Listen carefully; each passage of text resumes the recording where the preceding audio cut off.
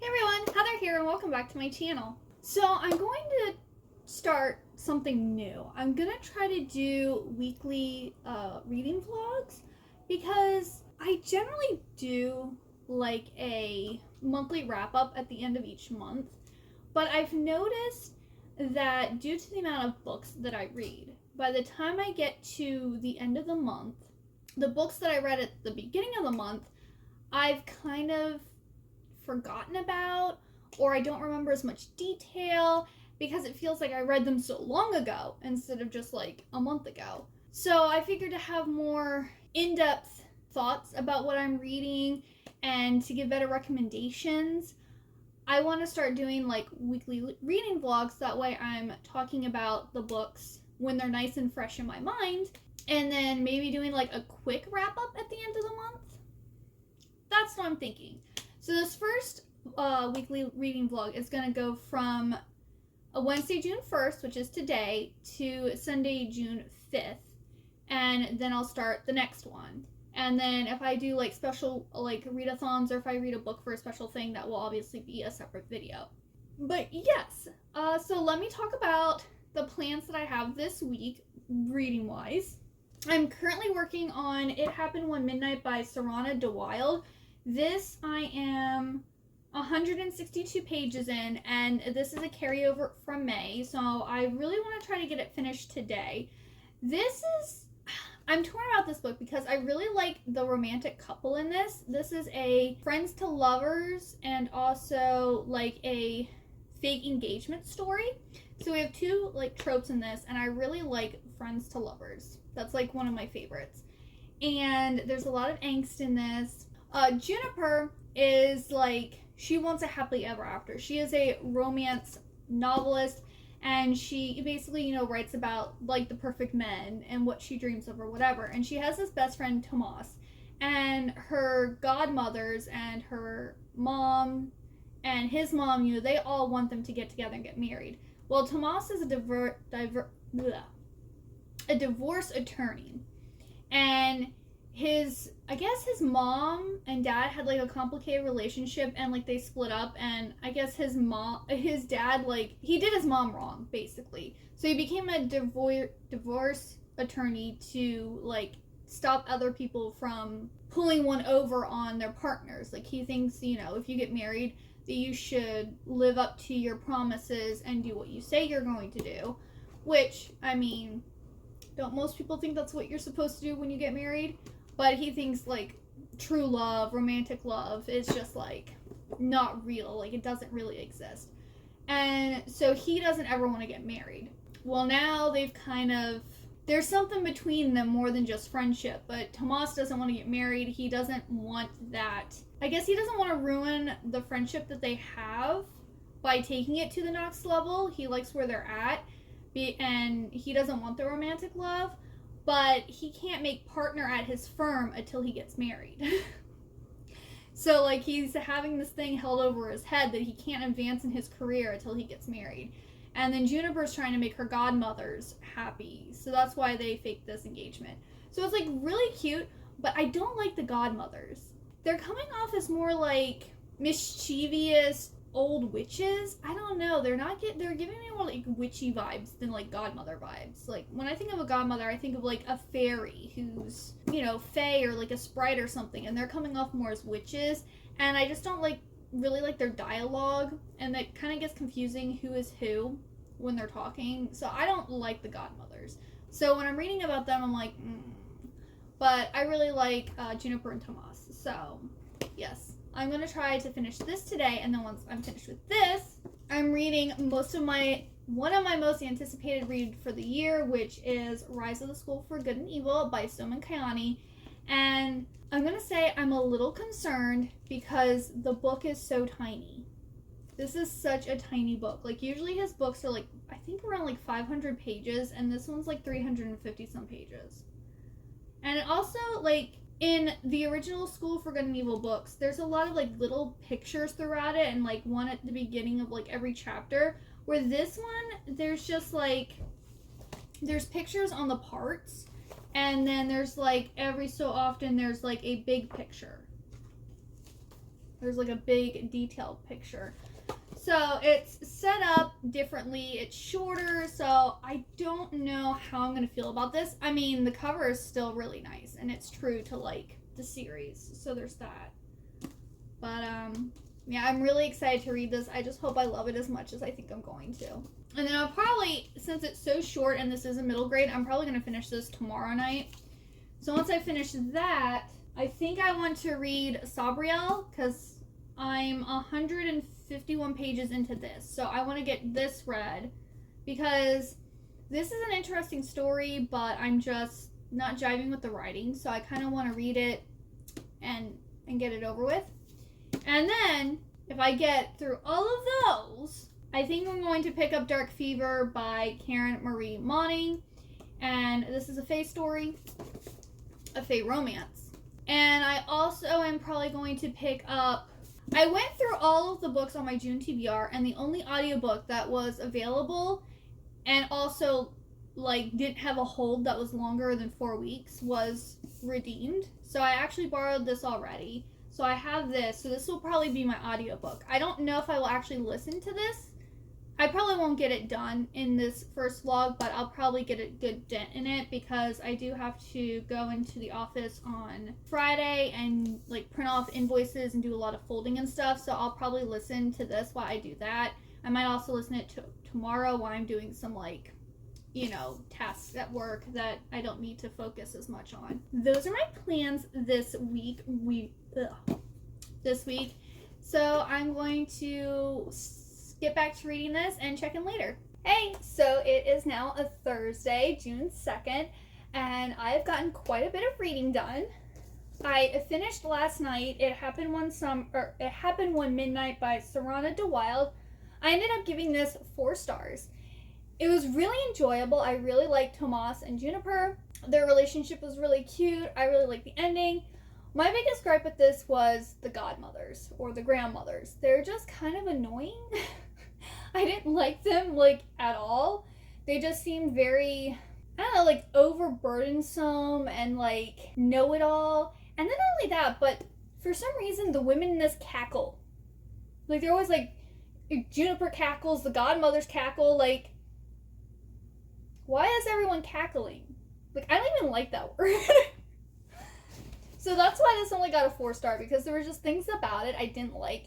But the relationship I really liked. And I liked the happy ending. So yeah, I really enjoyed this. And Tomas really likes this movie called The Ice Pirates. And they kept on bringing up and kept on talking about it in this book. And I'm like, is this a real movie? It is!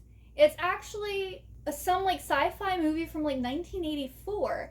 And they have it on Amazon Prime to rent. So I'm actually going to rent it tonight and watch it and let you all know what I think about it. Because I'm just, like, Juniper talks about how bad it was, and it looks like a really bad, like, B movie. Like, it looks pretty bad.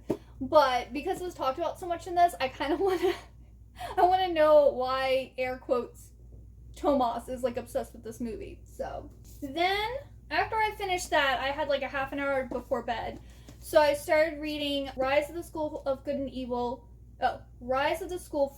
Evil by Soman Kayani, and I've currently made it 85 pages into the book, and I'm liking it, but I'm not liking it as much as I thought I would. I knew it was going to be about the relationship between the 2 brothers, which they're in there, and like they made a comment about, oh, you're acting like a teenager, and he goes, I am a teenager, and he goes, well, yeah, you've been one for like 100 years. You would think even if you've been a teenager for 100 years, you would still learn and grow, and you wouldn't be as immature, and they are both very immature in this book. Like, at least the guy who's in charge of evil, Raffle, he's definitely like very immature, where I think Ryan, I'm not really sure how to pronounce his name, but he seems a little bit mature and seems to have like a good head on his shoulders, but like they're still like bickering too much. You'd think they'd have things figured out at 100 years old. And besides them, our main character is Aladdin, and he apparently, both Raffle and Ryan thought that he was going to be in the Never School, the School for Evil, but he ended up in the School for Good as an Ever. And he's not really acting like an Ever, and he got a hold of this lamp that's not like a real, it's a like a prank lamp. So something that he wishes for, he gets the opposite of, and like causes this whole issue thing. And I'm just not feeling it, and it might be because this is based on like teenage boys, where the other one was like the main story of this was based on teenage girls, which I can relate to more, where this one I can't really relate as much or at all. So I'm not enjoying this book as much, but I think it's just because of the perspectives. And then while at work today, or while I was working from home and I was doing one of my tasks, I started listening to the audiobook of Redeemed by PC Cast and Kristen Cast, and this is the last book of the House of Night series, which I'm finally going to be done with. So I'm listening to this on 1.5 speed, and it said that it was like an 11-hour audiobook. And on my 1.5 speed, I've listened to like 2 hours and something of it, and I only made it to page 57. Page 57 with 2 hours worth of audio? Like, I could read 57 pages in an hour or less. I was like, really? I listened to this that long and I barely got anywhere into the book? So that's a little discouraging. But I mean, this is good. We're finally going to defeat the big bad. And if y'all have read, if you have read this, please let me know, because I want to talk to you about how stupid the big bad is being right now. Spoiler, but like, I'm not going to tell you why. But basically the main girl, Zoe, gets put in jail for doing something that she thinks she did, but it's actually the big bad who did it. Which, if you've read the series all the way through to this point, you probably would have figured that out, because I was thinking the same thing before. And I haven't even read the series for like several years now, so I'm just jumping into this after like putting it on hiatus for a while. And I was just like, I don't think she did it. I think the big bad did it. And yeah, the big bad did it. So it's not really a spoiler. But like, the big bad's like arch nemesis, who's the one who can defeat them, is in jail for something that they did. And instead of letting Zoe sit there in jail, she lets the cops know that she actually did it. So now, of course, I'm assuming Zoe's going to be set free. So now she can fight the big bad. Why would you do that? If your nemesis is taken care of, why are you going to let them know so that they can free them? That just doesn't make any sense. But of course, their ego is really boosted in this. Like, they think they're untouchable, they think they're like a god, and yeah. And things, a lot of people are getting murdered. A lot of people are getting murdered. So, yeah, those are my thoughts on that book right now. I just want to know how they're finally going to take the big bad down. Like, I just want to know. I want to know, and then close it and be done with it. But yeah, I am now going to eat some food, and I'm going to watch the Ice Pirates. And yeah, check in with you later.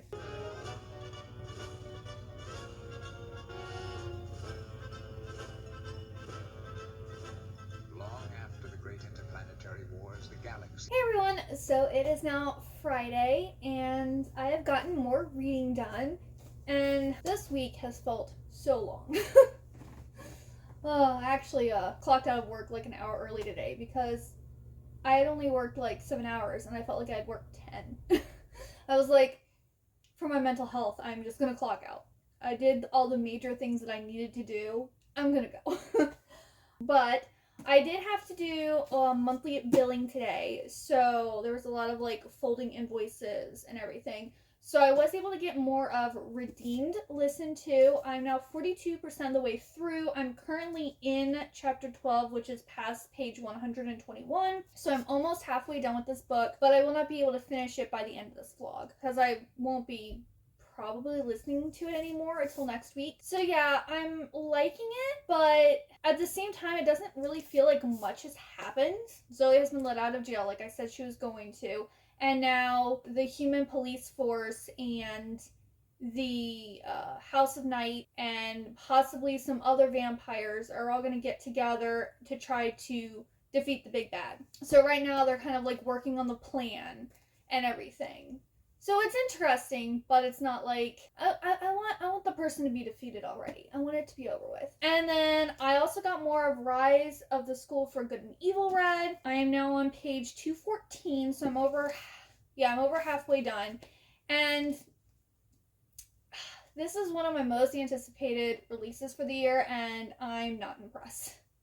But I think the issue is this, like, the whole cast pretty much are men. They're like teenage boys. So it's the two brothers. We have James Hook in here. Then we're also getting Aladdin. There's a few girls, like Aladdin has this crush on this one princess, but she's not really playing a major part. She's more of like a plot device. And then we have Maria Lena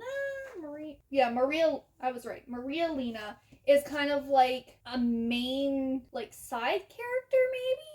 She's a seer who is kind of, I want to say, like, playing people off each other. I don't know. She kind of has a, but, like, she's not really likable. Like, I feel like none of these characters are likable in this book. Like, I'm not liking any of the characters at all. Like, in the first series, I loved Sophie and Hort. Like, they were my two favorites. Sophie was my main. Of course, I also liked Agatha and Tedros, but they weren't my favorites. And in this, I'm not liking anybody. Of course, I didn't like Raffle or Ryan or whatever in the original series, so maybe that was to be expected, reading a book that's about them and the start of this school. Or I should say, this is more like, this isn't really the rise of the School for Good and Evil, because the school has been around for a while now.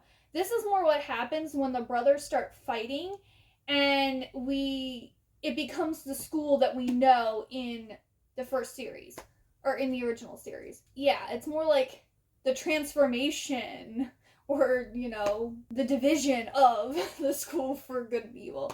So I kind of want to DNF it, but at the same time, I might change my mind. And not only that, but I think this is supposed to be a duology, so I'm gonna read the other book just because I do love the original series, so I kind of want to know all the characters, all the lore, everything for it. I'm just not enjoying it, sadly. And also, last night I did watch The Ice Pirates, which it has a 9% on Rotten Tomatoes. And my husband, who was born in the 80s and he watches a lot of 80s movies like I do, he'd never heard of this movie either. Well, I ended up watching it, and it wasn't terrible, but it wasn't, like, good either. It was enjoyable to watch. I will note, though, that it did have some racist things in it and, like, racial slurs. So beware of that if you go to watch. I was like, oh, wow, I wasn't expecting that. So yeah, just be aware of that. If that bothers you, it should bother you. But if it, like, overly bothers you, you might not want to watch it. But yeah, basically The Ice Pirates, I'm not really sure why it's called The Ice Pirates, but there's this, like, it's in the future, in space, and the world, or the universe, or galaxy, or whatever they're in, is running out of water. And there's only one planet that has water. So if you have water or gold, that's the currency. So this group of pirates is going around, like, trying to steal water from people and I guess sell it. So it starts off with them breaking onto the ship to steal water, and which I guess it technically is being stored in ice form, so maybe that's why they're called the Ice Pirates, even though they talk about stealing water, not stealing ice.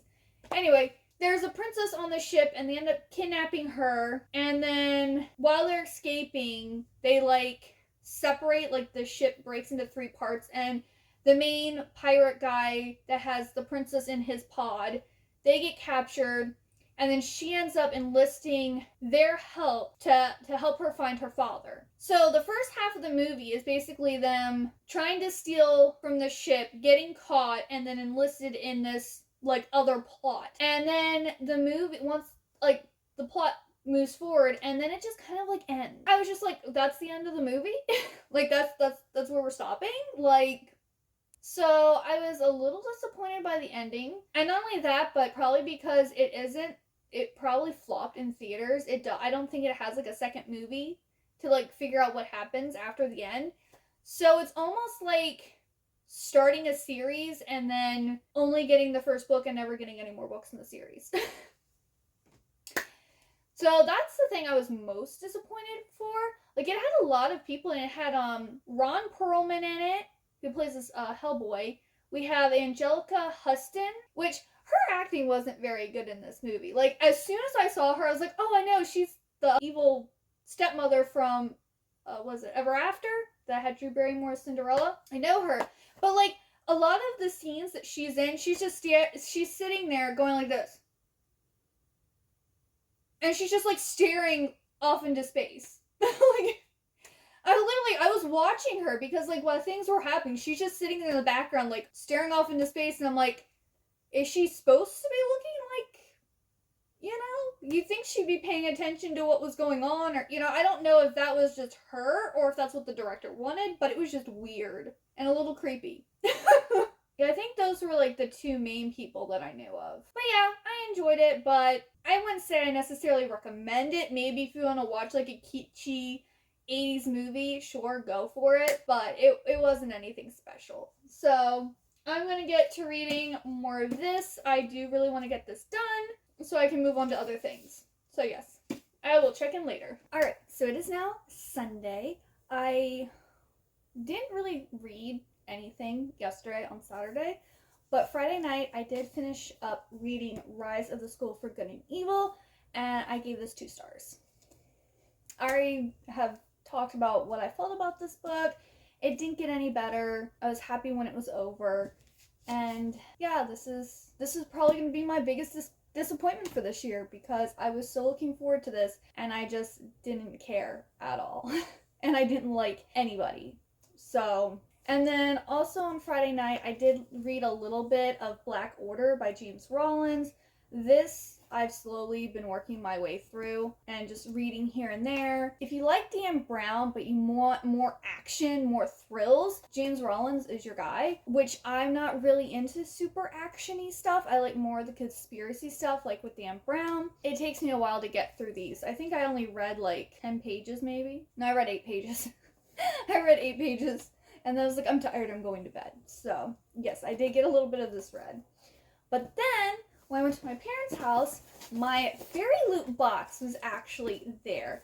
Now, I normally do a dedicated video for these, but they don't get very many views, and I have a lot of videos planned this week, especially with doing a weekly vlog every single week, so I don't really have a space to do a dedicated Fairy Loot unboxing. So we're going to do it now. We're also doing it from a different angle, too. Okay, the first thing I see here are actually scrunchies. So this one here has like roses and daggers on it.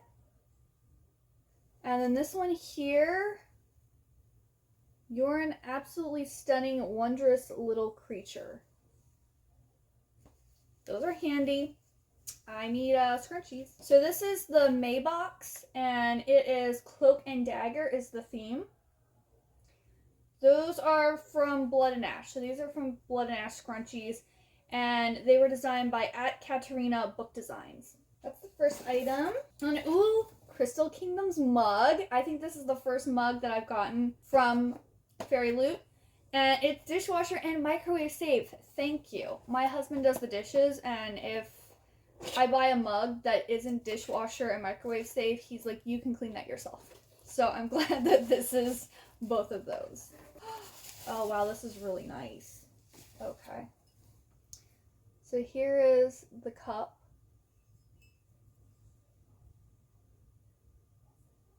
And the inside is purple with like a moon and clouds. Wow. So this is a Daughter of the Moon Goddess collectible mug. That is amazing. This is designed by @Gudriakin. I don't know. That's a new person, but this is gorgeous. I can't wait to use this. I might actually use this today. I might clean it and then use it. And then Stardust Tea Strainer. Okay, that goes with the mug. You need to have a tea. Oh, whoa, this is cool. Huh. Neither here nor there, but long ago. The Stardust Thief by Chelsea Abdullah. Oh, okay, that's a new book that just came out. So here is the strainer, and I guess it just goes like that. That's cool. I usually don't use loose leaf tea, but you know, I might now that I have this cool strainer. That's pretty cool. And this is actually wooden too, which is pretty cool. Alrighty. This is a really good box. And, oh no, I just saw what the book was, and that was my book of the month pick. So now I have 2 copies. Anyway, the Stardust Tea Strainer was designed by @Blanca.design. Oh, and then we have a bottle opener.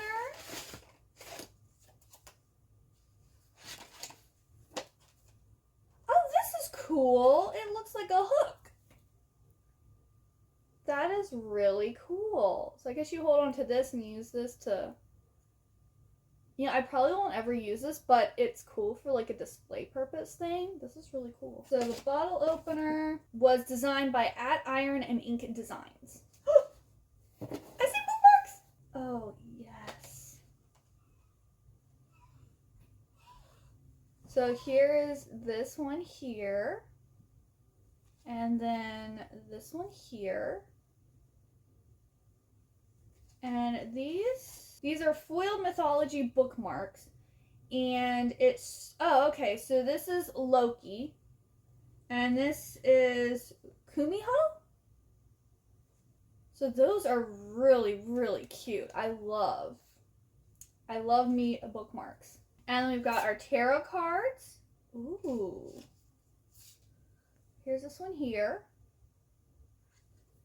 And then we have this here that actually has 2 people on it. And, oh, it's these hollow vowels. So this is Bree. This here is Bree. And then this is Sebastian and Finian. And these are designed by @Rs28. These are really pretty. And I love these hollow vowels. Yes. And I forgot to say the bookmarks were designed by @Grace Schuart. I don't think I said that right, but alrighty, now on to our book. Ooh, I see purple edges. Alright, so first we've got our art print with the author's letter on the back. And then we have our fairy scoop. And then this shows next month's theme. So June's theme is Chosen Ones. This is going to have items from the Atlas Six, the Poppy War, the Young Elites, and the Lord of the Rings. There's also going to be a paperback book. And the feature book of the month is a swoon-worthy romantic comedy where a young girl's gift can either save or kill. So that's what we can expect for June. Alright, now we can open... Oh wait, there should also be another bookmark. Yep. Here's the bookmark that matches the theme. Oh, looks like the book's upside down.